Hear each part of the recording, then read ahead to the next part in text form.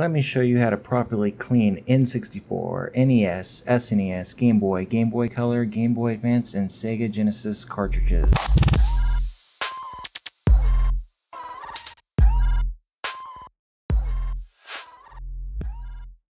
The tools needed will be a piece of paper towel, an eraser, and a security bit screwdriver. Which ones you will need will be based on what cart you will be cleaning. If you are cleaning an N64 cart, you will also need a small Phillips head screwdriver. So we will start with an N64 cart. As a little extra tip, you can actually use the eraser to clean the cart itself. Unfortunately, there's nothing I can do for the terrible stickers.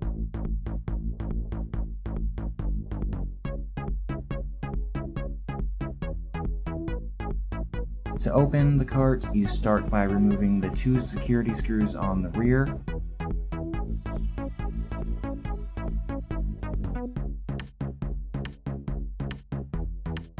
Once inside, you will need to remove the two Phillips head screws freeing the circuit board.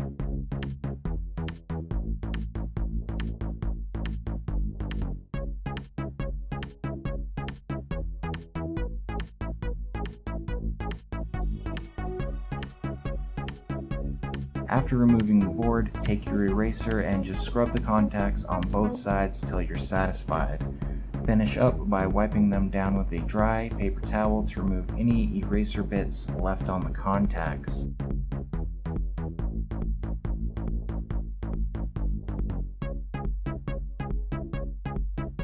Then just go in reverse to put everything back together.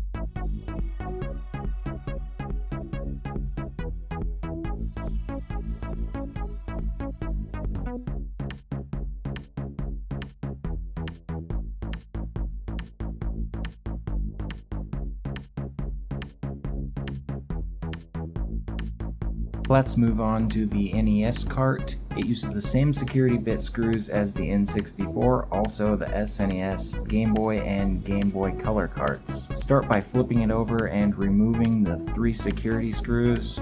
Once inside, the circuit board will pop right out. Just take your eraser and scrub the contacts on both sides till satisfied. Finishing up with a dry paper towel to remove any eraser bits.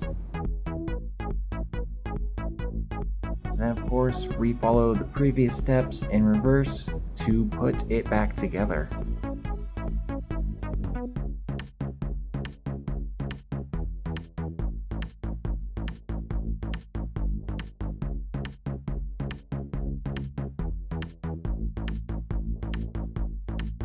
SNES is up next. Unlike the previous carts, the security screws are located on the front, and there are two in total.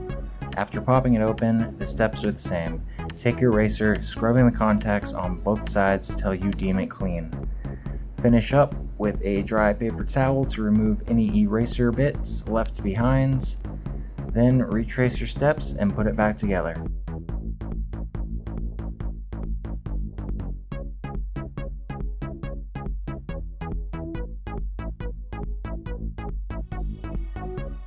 Now for the Game Boy and Game Boy Color carts, which only have one security screw on the rear, remove it, pop it open using your eraser to clean the contacts till satisfied.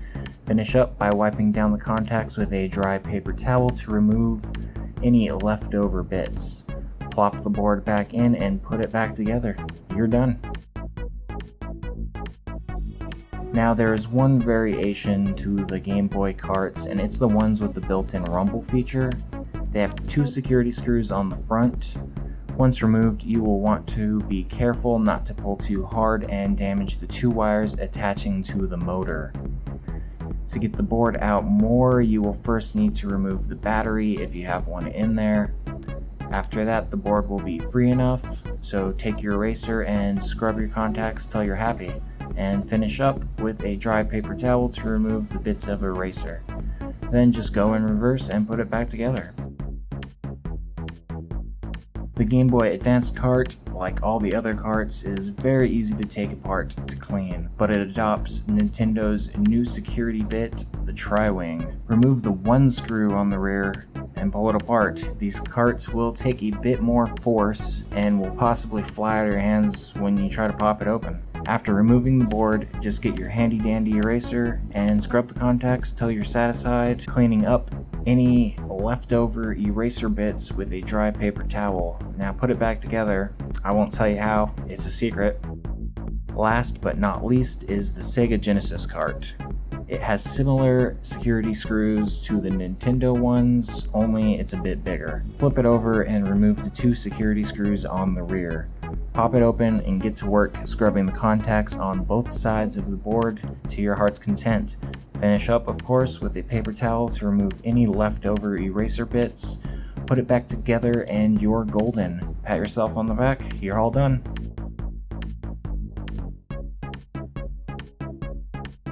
Okay, so there is a variation on the Sega Genesis carts. They are known as the EA carts. I unfortunately don't have the right security bits, but they look like this. So go ahead and get one if you would like to clean this cart and follow my steps for the other Sega Genesis cart, and you should be all good. Thanks for watching. I hope this video was able to help you. If it did, please leave a like. If you have any questions, leave a comment and subscribe for more videos. You can follow me on Twitter at TechnoOnTop. Also, if you like adding LEDs to Xboxes, check out my last video where I show you how to add LEDs to controller doggles. Till next time, peace.